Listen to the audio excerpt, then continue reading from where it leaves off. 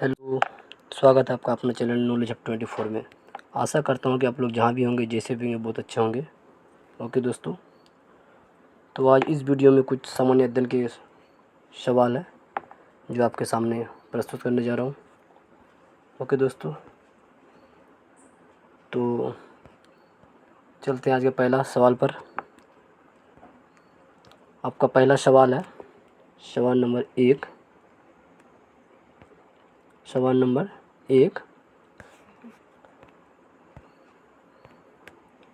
मौर्य साम्राज्य में प्रचलित मुद्रा का क्या नाम था? मौर्य साम्राज्य में प्रचलित मुद्रा का क्या नाम था? ओके दोस्तों, मौर्य साम्राज्य में प्रचलित मुद्रा का क्या नाम था? आपका ऑप्शन है, ऑप्शन ए पन, ऑप्शन ए है पन, ऑप्शन बी तोल, ऑप्शन सी काकनी, ऑप्शन डी दिनार। तो आपका सही ऑप्शन है ऑप्शन ए दिनार। ओके, सॉरी पन। ओके दोस्तों, option A is the right answer. Okay, और मौर्य साम्राज्य की जो संस्थापक का नाम है, मौर्य साम्राज्य के संस्थापक का नाम चंद्रगुप्त मौर्य थे। ओके दोस्तों, उनका जन्म जो है 345 ईसा पूर्व हुआ था और उनका मृत्यु 298 ईसा पूर्व हुआ था। लगभग 47-48 साल वो जीवित रहे थे। ओके दोस्तों, तो इसी प्रकार से चलते हैं आपका अगला सवाल पर। और आपका अगला सवाल है, ये है सवाल नंबर आपका 2। ये आपका सवाल नंबर 2। ओके दोस्तों, दूसरा नंबर सवाल है, पाटलिपुत्र को किस शासक ने सर्वप्रथम अपनी राजधानी बनाई? पाटलिपुत्र को किस शासक ने सर्वप्रथम अपनी राजधानी बनाई? तो आपका ऑप्शन है, ऑप्शन ए चंद्रगुप्त मौर्य ने, ऑप्शन बी अशोक महान ने, ऑप्शन सी चंद्रगुप्त विक्रमादित्य ने, ऑप्शन डी कनिष्क ने। तो आपका सही ऑप्शन है चंद्रगुप्त मौर्य। ओके दोस्तों,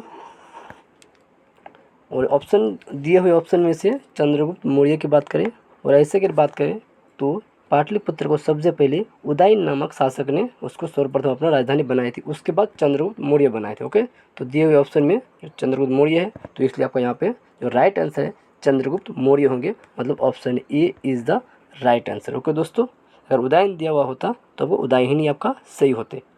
तो इसी प्रकार से चलते आपका अगले सवाल पर। और ये आपका ये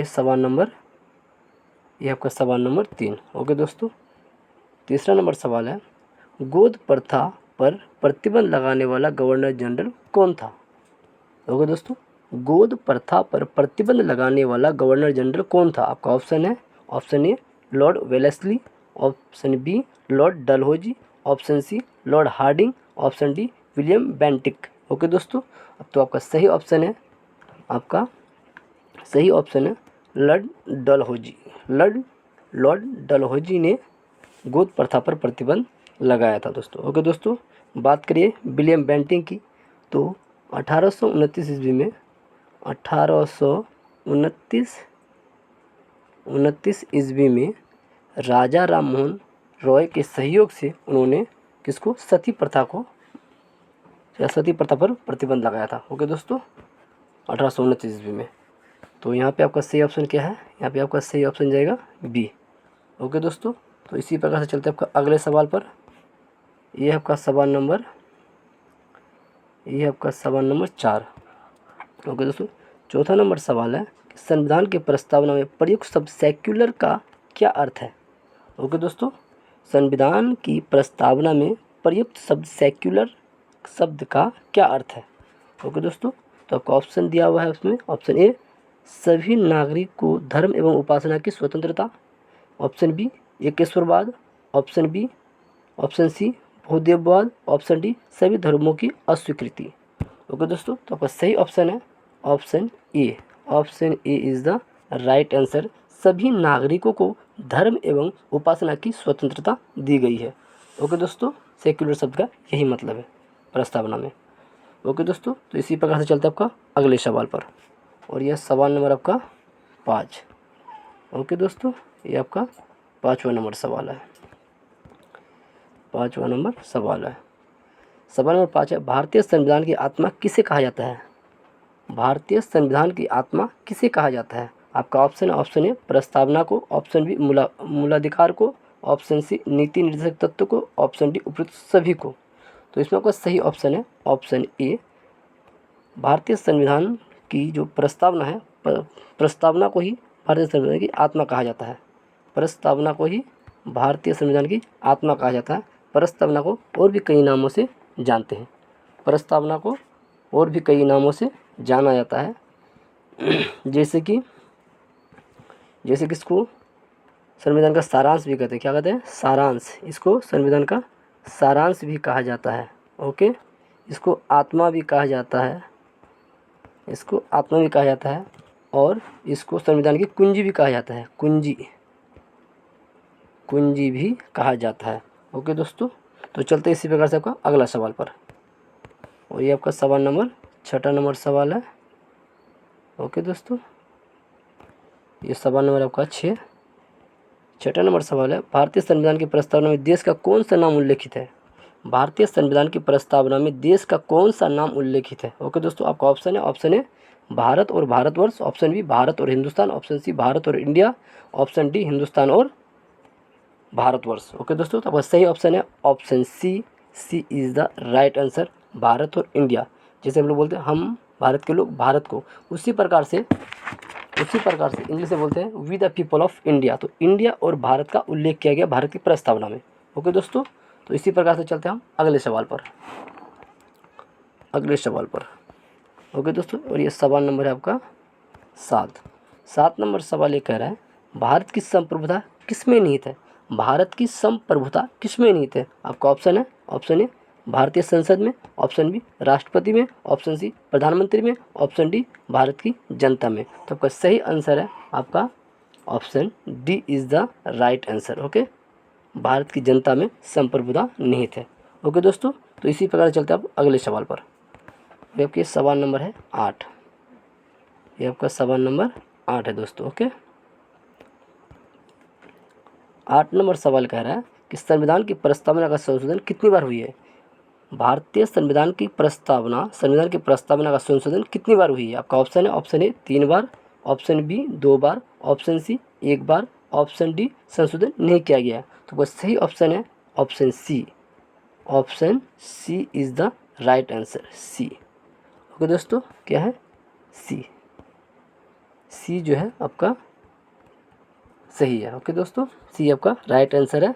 और कब हुआ था और क्या क्या सुधार किया गया था अगर पूछा जाए, ये तो क्वेश्चन बनता है। तो ये आपका 42वां संविधान संशोधन की बात करें उस समय किया गया था, और ये हुआ था 1976 में। ओके दोस्तों, 1976 में इसका संशोधन किया गया था, 42वें संविधान संशोधन में। ओके दोस्तों, तो इसी प्रकार से चलते हम आपका अगला सवाल पर, और ये आपका सवाल नंबर है 9। ये आपका 9 नंबर सवाल है। 9 नंबर सवाल आपको ये कह रहा है दोस्तों, भारत के दक्षिणी भाग की भूमध्य रेखा से दूरी कितनी है? भारत की दक्षिणी भाग भूमध्य रेखा से कितनी दूरी पर है या कितना दूर है? ओके दोस्तों, तो आपका ऑप्शन है option A 776 kilometre, option B 867 kilometre, option C 876 kilometre, option D 916 kilometre. तो आपका सही ऑप्शन है ऑप्शन सी 876 किलोमीटर्स। ओके दोस्तों, आपका सही आंसर है ऑप्शन सी 876 किलोमीटर जो है भूमध्य रेखा से हमारे दक्षिणी भाग, जो कि निकोबार द्वीप समूह में स्थित है। ओके, जिसका नाम है इंदिरा पॉइंट और भूमध्य रेखा के बीच की अगर दूरियों की बात करें तो 876 किलोमीटर है। इंदिरा पॉइंट को और भी कई नामों से हम लोग जानते हैं, जैसे कि पिगमेलियन पॉइंट, पार्सन पॉइंट के नाम से भी जानते हैं, पिगमेलियन पॉइंट के भी नाम से जानते हैं, और इंदिरा पॉइंट के नाम से भी जानते हैं। किसको? इंदिरा पॉइंट के, जो हमारा भारत की सबसे दक्षिणतम बिंदु है। ओके दोस्तों, तो चलते हैं इसी प्रकार से आपका अगला सवाल पर, और यह है आपका सवाल नंबर 10। यह आपका सवाल नंबर 10। 10वां नंबर सवाल ये कह रहा है भारत और पाकिस्तान के बीच अंतर्राष्ट्रीय सीमा किसके द्वारा सीमांकित की गई है? भारत और पाकिस्तान के बीच अंतर्राष्ट्रीय सीमा किसके द्वारा सीमांकित की गई है? आपका ऑप्शन है option A McMahon line, option B Durand line, option C Radcliffe line, option D Maginot line. तो आपका सही आंसर है आपका ऑप्शन है C is the right answer. Radcliffe line जो है भारत और पाकिस्तान के बीच सीमा निर्धारित करती है, और इसके साथ साथ बांग्लादेश का भी जो है सीमा निर्धारित हमारा रेड क्लिफ ही करते हैं। ओके, और मैकमोहन लाइन की बात करें, ये भारत और चाइना के बीच की बात कर रहा है। जो मैकमोहन लाइन है वो भारत और चाइना की बात करता है। ओके, डूरन लाइन जो है ये भारत और अफगानिस्तान की बात करता है, अफगानिस्तान की बात करता है। ओके दोस्तों, उसी प्रकार से मैगिनोट लाइन की बात करें, ये जो हमारा मैगिनोट लाइन है ये फ्रांस और जर्मनी की बात करता है। किसकी? फ्रांस और जर्मनी का रेखा निर्धारित करता है। Okay, Germany plus Germany. Okay दोस्तों, फ्रांस और जर्मनी के बीच रेखा निर्धारित करता है। ओके दोस्तों, चलते हैं इसी प्रकार से आपका अगले सवाल पर, और ये आपका सवाल नंबर है 11 नंबर सवाल है, भारत का पहला राष्ट्रीय अंतरिक्ष दिवस कब मनाया गया? भारत का पहला राष्ट्रीय अंतरिक्ष दिवस कब मनाया गया? आपका ऑप्शन है, ऑप्शन ए 21 अगस्त को, ऑप्शन बी 22 अगस्त को, ऑप्शन सी 23 अगस्त को, ऑप्शन डी 24 अगस्त को। तो आपका सही आंसर है दोस्तों ऑप्शन सी 23 अगस्त को। किसको? 23 अगस्त को मनाया गया। 23 अगस्त को आपका जो है राष्ट्रीय अंतरिक्ष दिवस, भारत का पहला राष्ट्रीय अंतरिक्ष दिवस जो है अंतरिक्ष दिवस 23 अगस्त को मनाया गया। ओके दोस्तों, तो चलते हैं इसी प्रकार से आपका अगला सवाल पर, और ये सवाल नंबर है 12।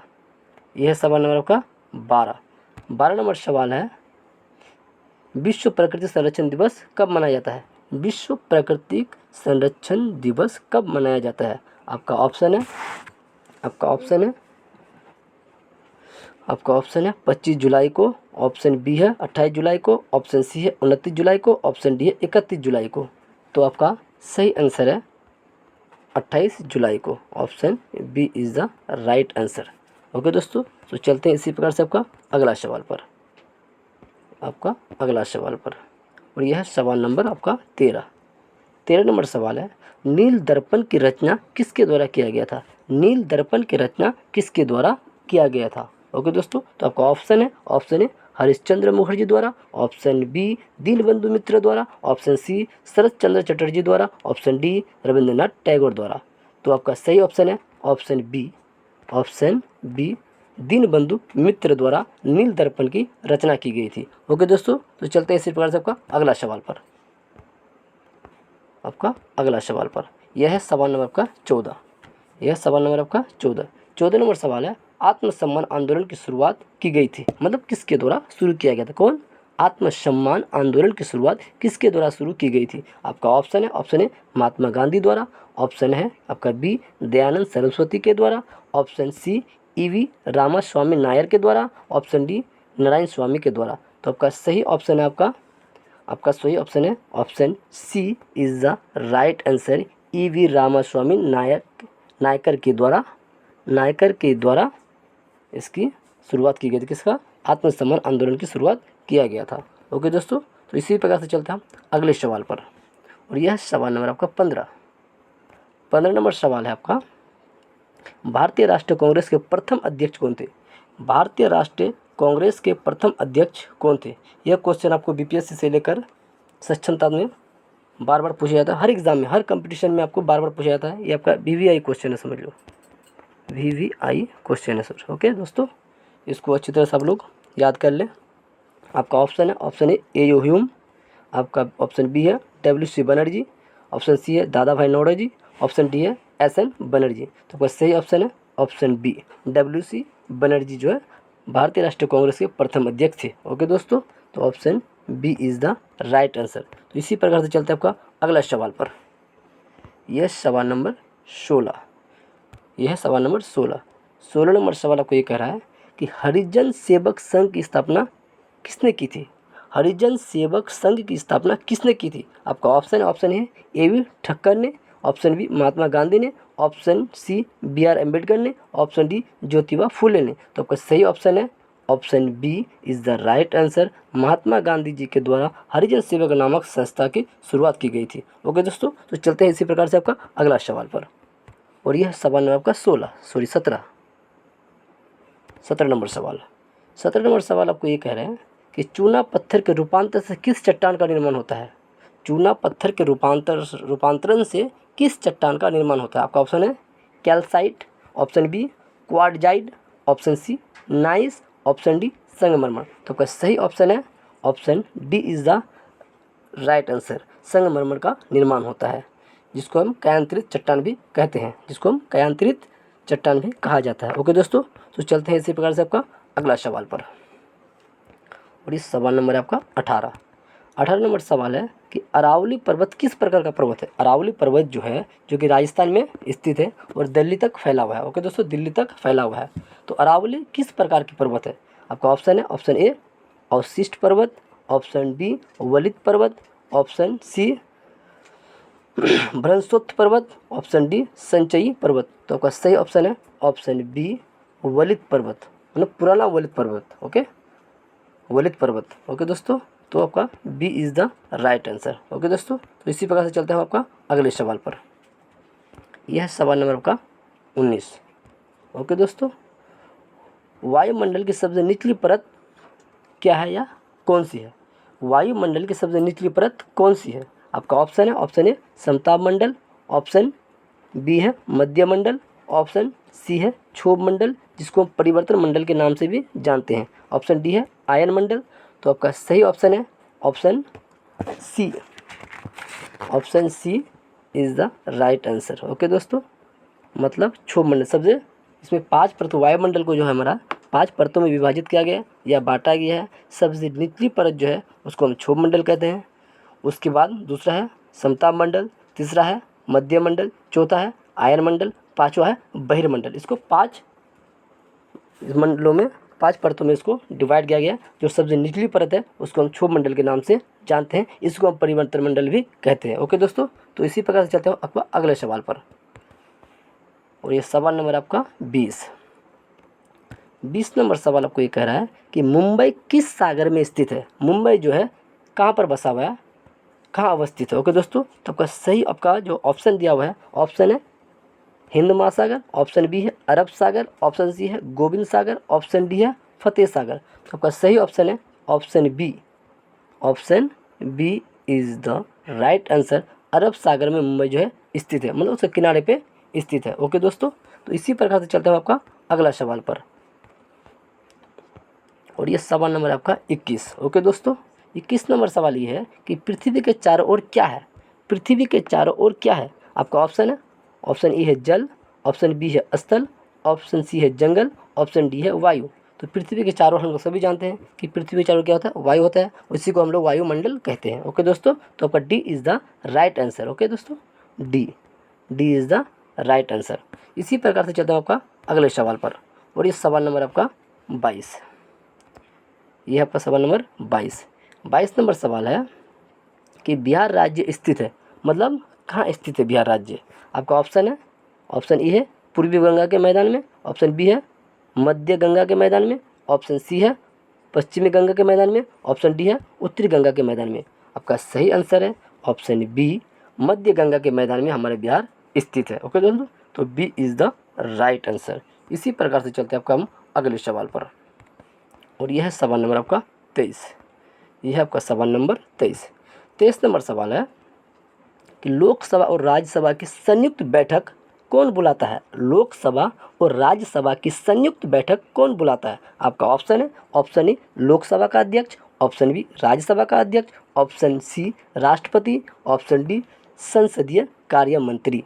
तो आपका सही आंसर है ऑप्शन सी, राष्ट्रपति के द्वारा लोकसभा और राज्यसभा की संयुक्त बैठक को बुलाया जाता है। ओके दोस्तों, तो सी इज़ द राइट आंसर। आइए दोस्तों, चलते हैं इसी प्रकार से आपका अगला सवाल पर। ये आपका अगला सवाल है 24 नंबर सवाल है।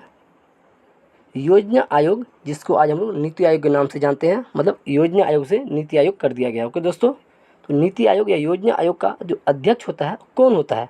ऑप्शन ए है प्रधानमंत्री, ऑप्शन बी है राष्ट्रपति, ऑप्शन सी है गृह मंत्री, ऑप्शन डी है योजना मंत्री। तो आपका सही ऑप्शन है ऑप्शन ए प्रधानमंत्री। ओके, प्रधानमंत्री ही योजना आयोग या नीति आयोग का अध्यक्ष होता है। ओके दोस्तों, इसी प्रकार से चलते हैं आपका अगला सवाल पर। और ये अगला सवाल है 25 नंबर सवाल है। 25 नंबर सवाल आपको ये कह रहा है कि भारत का प्रधानमंत्री, मतलब भारत का प्रधानमंत्री जो है किसके द्वारा निर्वाचित किया जाता है, किसके द्वारा चुना जाता है। ओके दोस्तों, तो आपका ऑप्शन है, ऑप्शन ए है लोकसभा द्वारा निर्वाचित होता है, लोकसभा द्वारा निर्वाचित होता है। ऑप्शन बी संसद द्वारा निर्वाचित होता है। ऑप्शन सी लोकसभा में बहुमत दल के द्वारा चुना जाता है, लोकसभा में बहुमत दल के द्वारा चुना जाता है। ऑप्शन डी जनता के द्वारा निर्वाचित होता है। तो आपका सही ऑप्शन है option C is the right answer. Lok Sabha में जो जिस दल का बहुमत होता है उसी के द्वारा प्रधानमंत्री का चुनाव किया जाता है। ओके दोस्तों, तो आज का क्लास ये पे समाप्त होता है। Thank you so much, thanks a lot. जय हिंद, जय भारत।